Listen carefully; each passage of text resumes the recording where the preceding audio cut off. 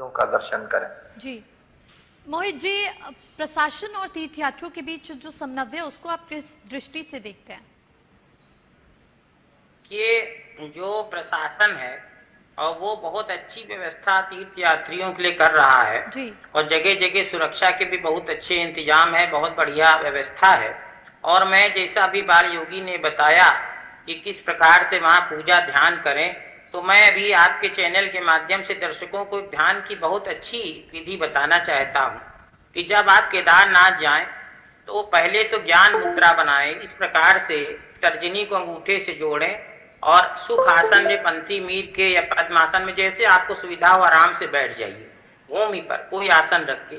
और फिर वहां पर श्वास को 3 बार अंदर आप खींचिए और पहली बार जब श्वास को खींचे रोके और ओम का मन में उच्चारण करें। इसका मंत्र है ओम भू ओम भुवा ओम स्वा ओम महा ओम जना ओम तपा ओम सत्यम, किंतु ना याद हो तो केवल ओम का करें और श्वासों पे ध्यान को केंद्रित करें। और ये जो थर्ड आई चक्रा है, यहाँ प्राज्ञा चक्र पर भगवान शिव मेरे विद्यमान हो गए, ऐसा मन में भाव करें। और फिर श्वास को बाहर छोड़ें और बाहर छोड़ते समय जब तक आप रोक सकते हो सुगमता से रोकें और ओम का मन में उच्चारण करते रहें। इस प्रकार श्वासों को ध्यान पर केंद्रित करने से, और ये सबसे सरल प्राणायाम है, और भी प्राणायाम बताए गए किंतु मैं सबसे सरल बता रहा हूं कि शुरुआत आप कर सकें जो लोग नहीं कर रहे हैं। अब इस प्रकार से 3 कम से कम प्राणायाम आपको केदारनाथ में पहुंच के करना है और अधिक से अधिक 21 प्राणायाम अवश्य करें।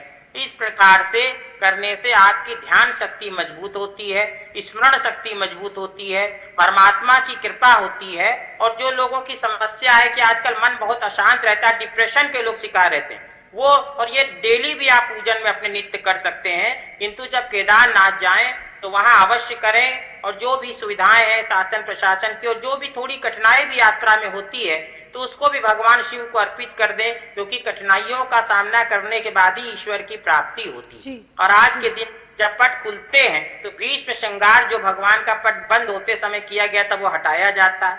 और ये प्रक्रिया भी बड़ी रोचक है कि इसमें सबसे पहले शिवलिंग के पास रखे मौसमी फल और ड्राई फ्रूट्स हटाए जाते हैं, इसे अर्घा कहते हैं। और फिर केदारनाथ का पट खोला गया तो देखिए फिर उसके बाबा पर चढ़ी 1 से लेकर 12 मुखी रुद्राक्ष की मालाएं हटाई जाती हैं। फिर शिवलिंग पर चारों ओर जिसको लपेटा गया था, फिर सफेद काटन का कपड़ा होता है उसको हटाया जाता है।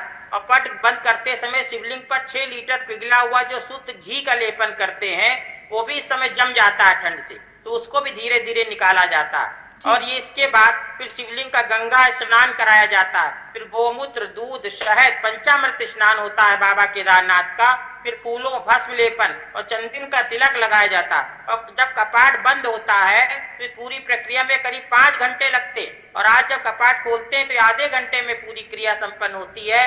तो आज के दिन जब केदारनाथ का पट खुला है तो कैसे बाबा का श्रृंगार हुआ और कैसे इसको फिर से प्रारंभ किया गया, इसके विषय में भी मैंने एक महत्वपूर्ण जानकारी दर्शकों को प्रदान करने का प्रयास किया है। और ये मंदिर जो है आप सोचिए 11,968 फीट की ऊंचाई पर स्थित है, इसीलिए 6 महीने वहाँ इतनी बर्फबारी होती है कि पूरा मंदिर बर्फ से ढक जाता है। और 6 महीने इसीलिए वहाँ पर पूजा होती है, 6 महीने के लिए वहाँ से जो है मंदिर को स्थानांतरित कर लिया जाता है ऊखी मठ में। जी सुशील पाठक जी, बात करें जो प्राकृतिक आपदाएं हैं उनको ध्यान में रखते हुए क्या कोई विशेष पूजा या अनुष्ठान भी किए जा सकते हैं या किए जाते हैं, इसके बारे में क्या